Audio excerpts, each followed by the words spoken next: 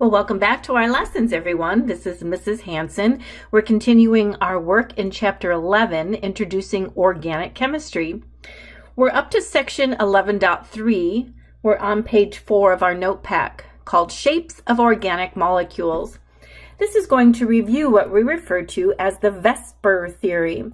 Remember that Vesper stands for the valence, shell, electron, pair, repulsion theory.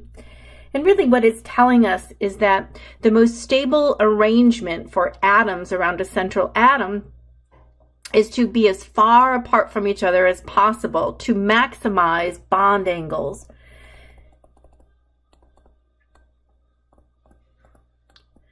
And so when we look at the Vesper theory, the 3D, the three-dimensional arrangement of atoms around a central atom, the guiding factor is to maximize our bond angles. So an atom that's surrounded by two groups is said to have a molecular geometry of linear, and its bond angle is 180 degrees, as you would expect a straight line to have.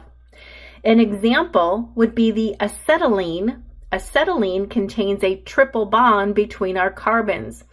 The bond angle between the two carbons, as well as between each carbon and hydrogen coming out, is exactly 180 degrees. So if we have a straight line, the molecular geometry is known as linear. And in your note pack, you're drawing in a line diagram for the acetylene molecule. Notice its triple bond leading out with 180 degrees. In this case, each terminal hydrogen is represented. In a second molecular shape, we look at an atom that is surrounded by three groups. For example, if I change over, let's say, to a highlighter here quickly, notice I have a carbon that is surrounded by three groups. And what I mean by group is we have a double bond leading to a group of carbon. We have a single bond leading to hydrogen and a single bond leading to another hydrogen. The carbon highlighted in yellow is surrounded by three atoms. It has a molecular geometry known as Trigonal Planar, which means it truly lines up like an equilateral triangle. The three attachments to that central atom being carbon, all lead out to an equilateral triangle, giving it a molecular geometry of 120 degrees around all parts of that triangle. And the same could be true if we highlighted this central carbon. It is surrounded by three attachments. I'll highlight in green. The highlighted three attachments gives us an equilateral triangle. That equilateral triangle gives us bond angles of 120 degrees in each direction. So when I have a carbon bonded to a double bonded carbon, C double bond C, the molecular geometry is now trigonal planar, lying flat in a plane. An atom that is surrounded by four groups is known as tetrahedral, and it has a bond angle of 109.5. So when we refer to a central atom, such as this carbon, and we highlight the attachments, those four attachments being hydrogen in an example of methane, each one of those attachments then, for the molecular compound CH4, has a bond angle of 109.5. Notice it's very different. If we've been drawing methane, such as this, where we might be fooled into thinking that this is a 90-degree bond angle. And clearly we see it's not, because the Vesper theory tells us we want to maximize angles between all atoms around that central atom carbon. And so instead really of having 90 degrees, it's better to draw kind of like a base of a pyramid where all of those lines attach back and one coming up from it.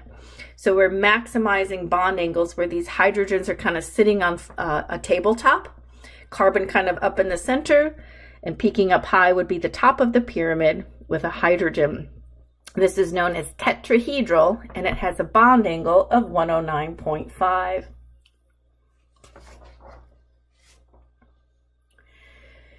When we look at three-dimensional structures, we try to draw the best we can a 3D structure on a flat page.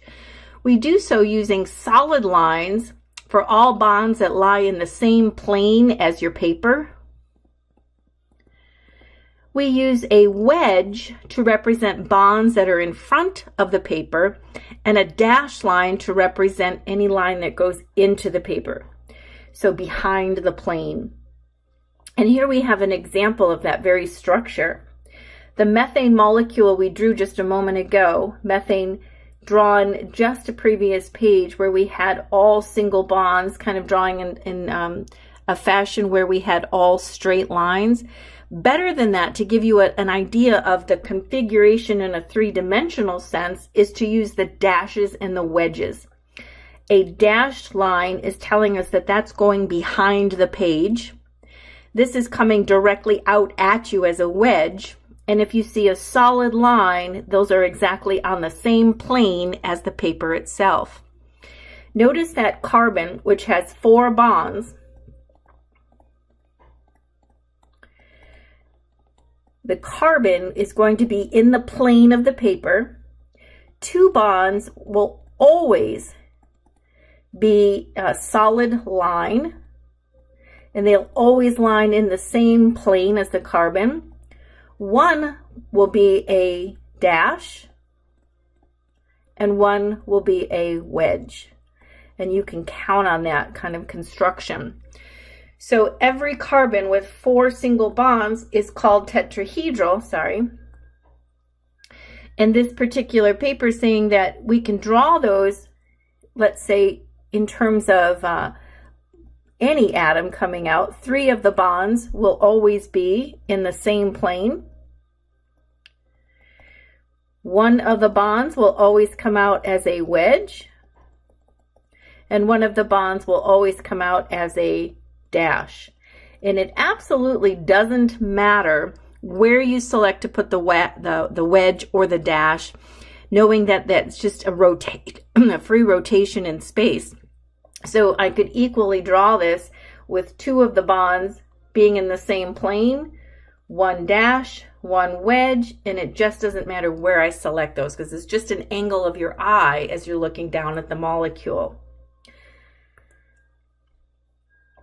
Ethane, with its 2 carbons and 6 hydrogens to complete the octet, when it's drawn in a 3-dimensional shape, notice that the carbons are always placed in the same plane. So that's a critical part, is you always create a solid line between the carbon backbone. The carbons will lie in the same plane.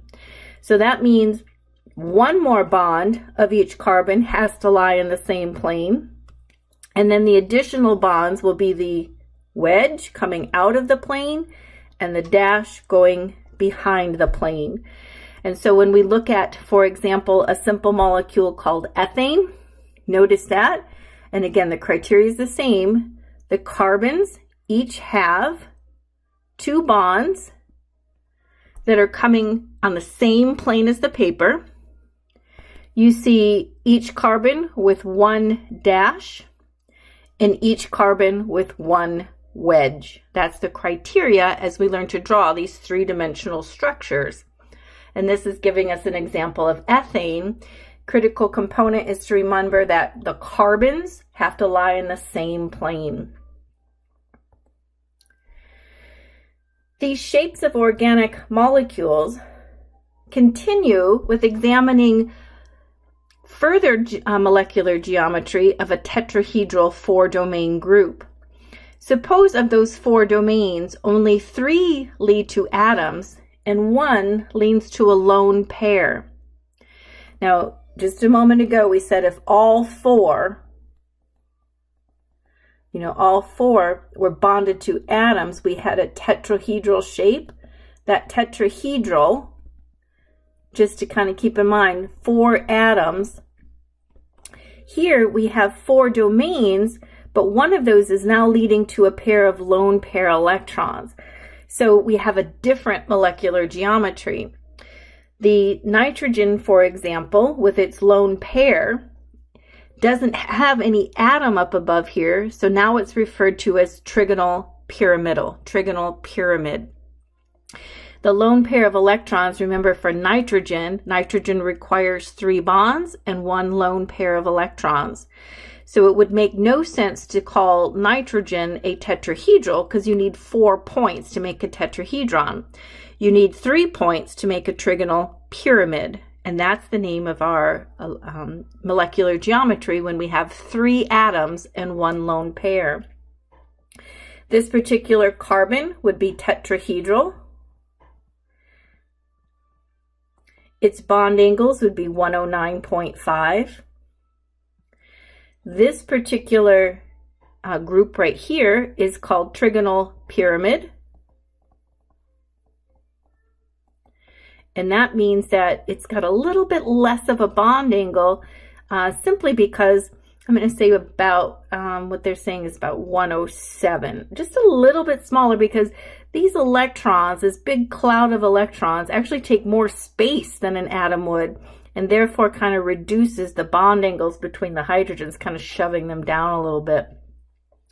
So 3 atoms and 1 lone pair is known as trigonal pyramid. A next geometric shape to consider around the central atom. If you see 2 atoms and 2 lone pairs, the molecule is now considered to be bent. 2 corners of the tetrahedron and 2 electron pairs give us a bent molecule. For example, water is a bent molecule. Water, with its central atom of oxygen and 2 lone pair, each leading out single bond hydrogens, gives us a bent shape. And the bond angles, again, because these are very large electron clouds, kind of push together those hydrogens, they're reduced to about 104.5 for the bond angle between them. So 2 corners, 2 electron pairs give us a bent molecular shape. This carbon is attached to 4 other objects, 4 other atoms, so it's considered to be tetrahedral. This oxygen is bonded to 2 other atoms. It's considered to be bent with the 2 atoms and 2 pairs of oxygens, 2 pairs of electrons. So thinking about, looking at the geometric shape, the bent part of the molecule, the OH part here at the end, the alcohol group, as we're learning, that's called the functional group of an alcohol, which has bent geometry. So here is kind of one slide to put it all together for us, and we're looking at filling this in together. Table 11.1, the molecular shapes around atoms in organic compounds. I tell you the number of electron domains, and that in my grid, total number of groups, I call an electron domain. So if I'm standing at the central atom and I'm looking out, what do I see? An electron domain is a bond or a pair of electrons. The bond, I don't care if it's single, double, or triple. It's leading to an atom. Okay, so an electron domain can be an atom or a pair of electrons. If I have 2 electron domains and both are bonded, we said that we have linear geometry. The bond angle is 180 degrees. So really, to draw in your geometry, you're just placing a central atom and just drawing straight across and reminding yourself that's 180 degrees. If we have 3 groups around the central atom and all 3 are bonded, we represented that as a trigonal planar geometry. So we're kind of drawing in that equilateral triangle and reminding us that that's 120 degrees in all directions. Planar means it lies flat on the table. If we have 4 domains and all 4 are bonded, we call that tetrahedral. Our central atom leads out to 4 different atoms, and each bond angle is approximately 109.5 degrees. If those 4 domains only lead to 3 atoms and one is unbonded as a lone pair, we called it trigonal pyramidal. Ammonia was an example where the nitrogen in the center led to 3 hydrogens, but this lone pair occupied a great deal of space. So it says approximately 109.5, but remember the bond angle is actually smaller than that. It's about 107 degrees as the hydrogens get kind of pushed together because of the large electron cloud. And the last one we examined, excuse me, 4 domains, but only 2 lead to atoms and 2 lead to lone pairs. This was our example of a water molecule. The water molecule is considered to be bent with approximately 109.5. Remember, these large electron domains end up kind of pushing the hydrogens together. We said it's about 104.5 degrees. So that's why you see the term approximately, as bond angles shift a little bit smaller with an increasing number of lone pairs around that central atom. You might need to pause your video and kind of finish up your grid, giving the shapes, the geometry, and the approximate bond angles. And you're working, of course, to memorize the shapes of these molecules. So this is something you're going to have to practice and commit to memory.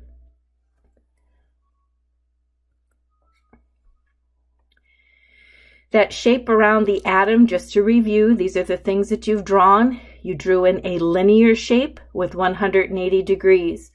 Carbon dioxide would be an example of a linear shape.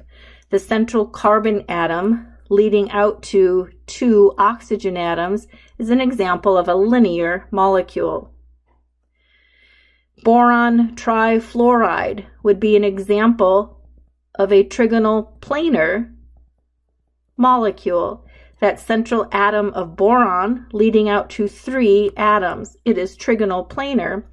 The bond angle between those fluorines is 120. Methane would be an example of a tetrahedral molecule.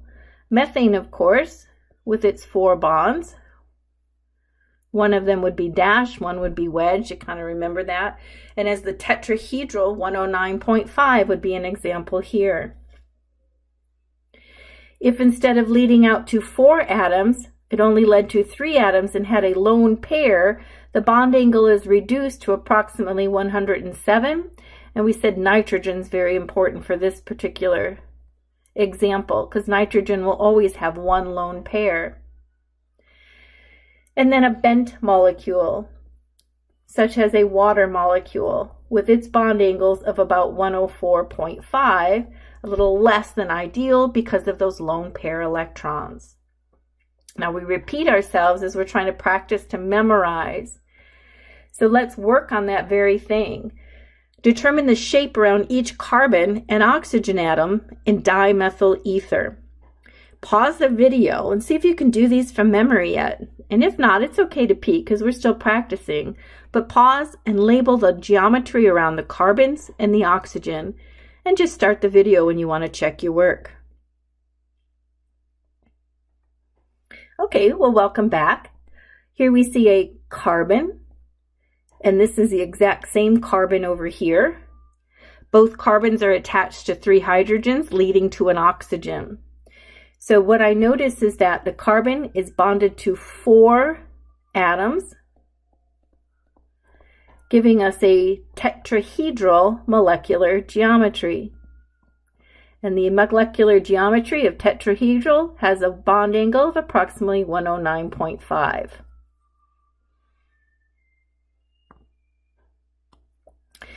Here, the oxygens, remember that's for both carbons. In the oxygen, even though they're not drawn, we know they're there because oxygen requires an octet. It requires 2 bonds and 2 lone pairs. Here I see 2 bonds and 2 lone pairs, telling me that we have a bent molecular geometry.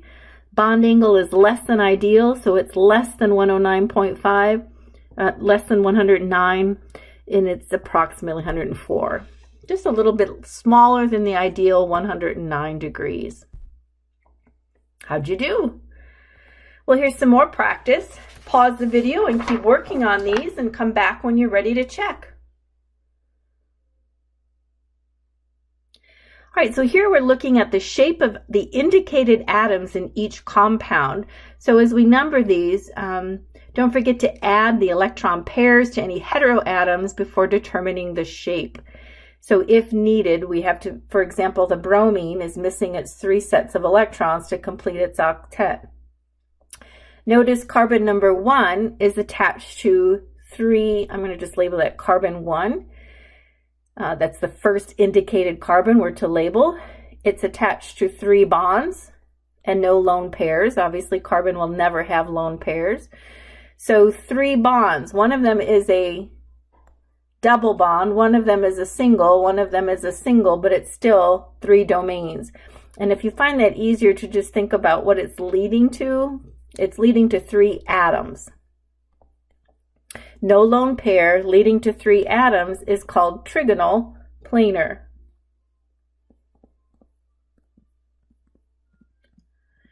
And so drawn correctly, it would have these bond angles that look like an equilateral triangle. This hydrogen then would also be coming out as trigonal planar for carbon 2 because it's also bonded to 3 domains. So looking at the geometry drawn correctly for that structure A, we have trigonal pyramid on carbon 1 and trigonal pyramid on carbon 2, since both carbons are attached to 3 atoms. Let's look at letter B. The first of our carbons is attached to 2 other atoms. So 2 atoms gives us a linear molecular geometry. Bond angle there is 180 degrees. So between carbon 1 and 2 and between the carbon and hydrogen are all 180 degrees. Carbon 1 is linear. The second that we're looking at, labeled here, I notice that that carbon is attached to 4 other atoms. So in structure 2 here for this carbon, since it has 4 atoms, we would call that tetrahedral.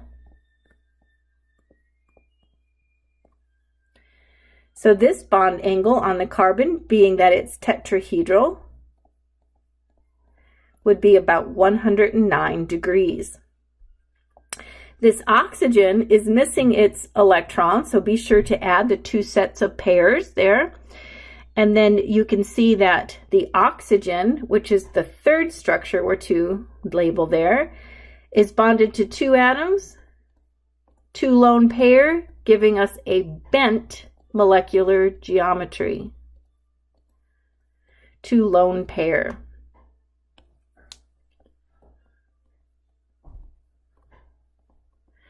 And so this right here is considered to be bent, and its geometry would be about 104.5 degrees for the bond angle.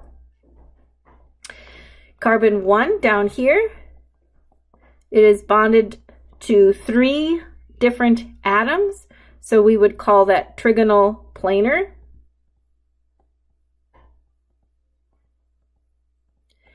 This oxygen with 2 bonds, 2 sets of lone pairs, is bent. And the last one we'll check together, letter D, carbon indicated as number 1 is leading to 3 different atoms, 3 different domains. So this is trigonal planar.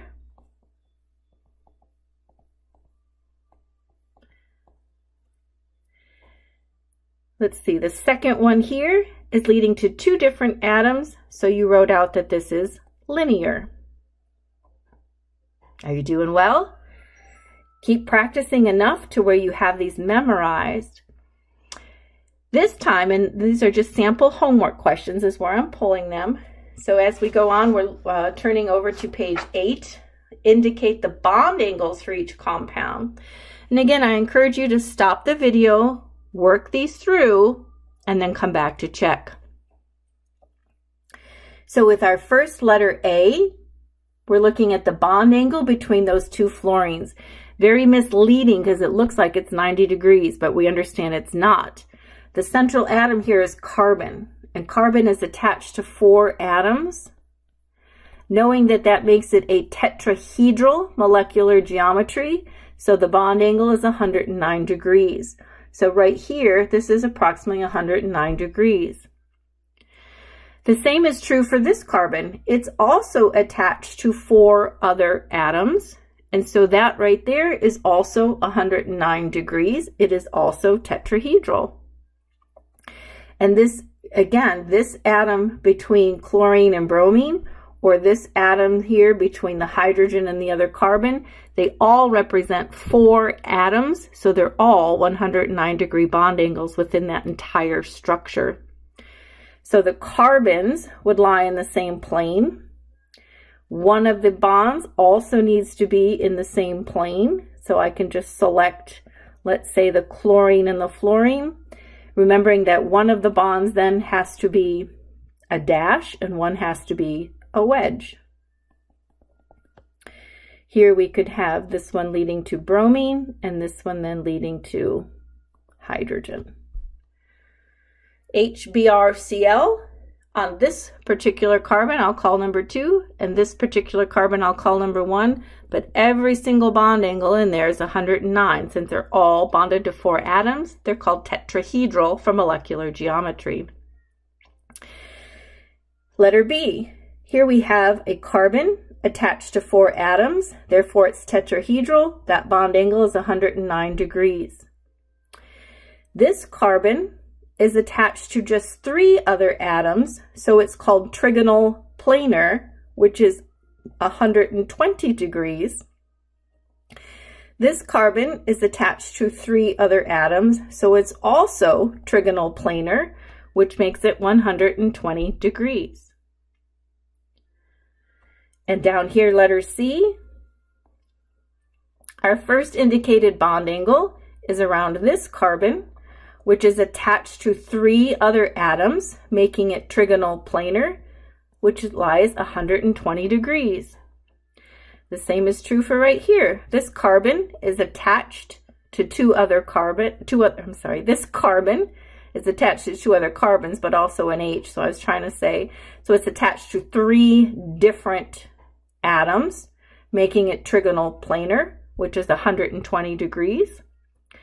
Remember, this oxygen requires a set of lone pairs to complete its octet.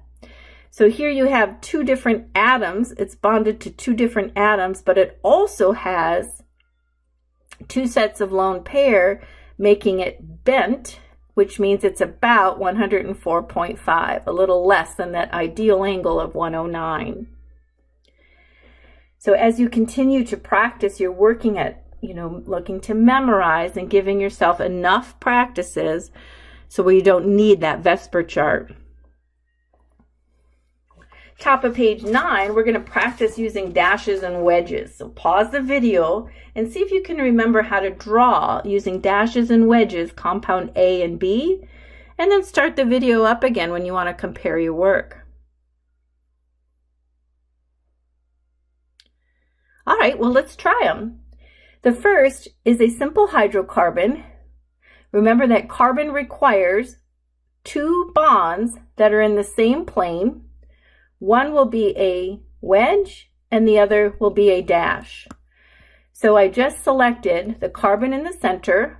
I'll make each hydrogen in the same plane, 1 more hydrogen as a dash, and the chlorine as the hydrogen as a wedge and the chlorine as a dash.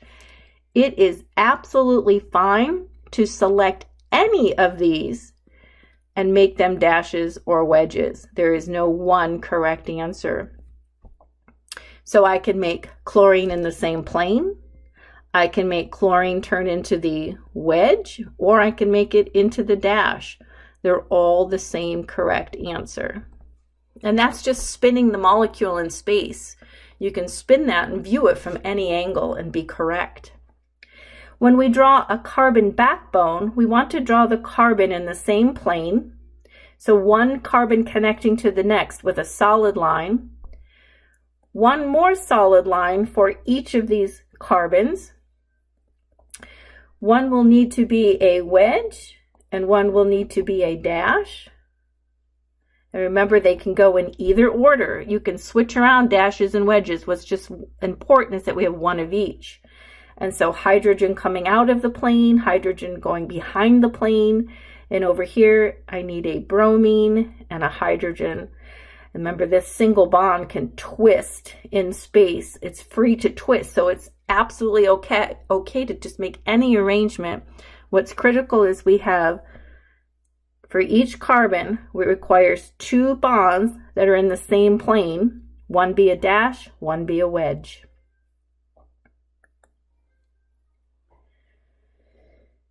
L-DOPA is a drug used to treat Parkinson's. Give the shape around each indicated atom. Are you ready to try without looking up anything from your Vesper chart? Pause the video, give it some time, write down answers to each arrow, and then let's check together. All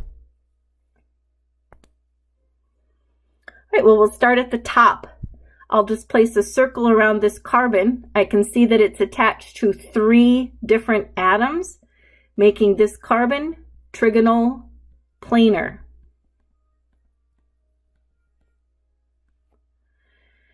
This carbon is attached to 4 different atoms, so it is tetrahedral.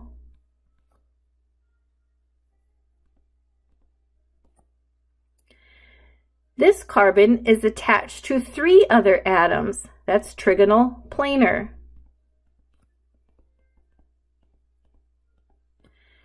This nitrogen is missing its dots. You didn't fall for that, did you? So 3 are bonded, 1 pair of lone electrons. This is called Trigonal Pyramid.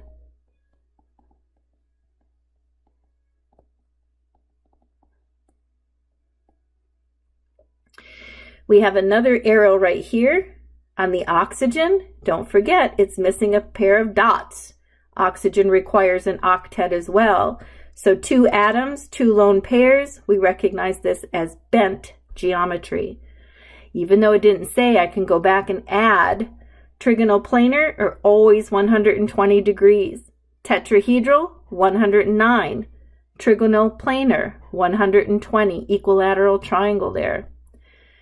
Trigonal pyramid, a little less than 109, so about 107.5 or so. And bent, about 104.5. And again, just remember that it's a little less than the ideal 109.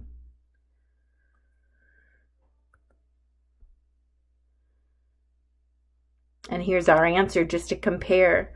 We had a trigonal planar, 3 electron domains. We had a tetrahedral, 4 electron domains. Here this carbon is attached to 3 different atoms, trigonal planar. This nitrogen attached to 3 atoms and a lone pair, trigonal pyramid.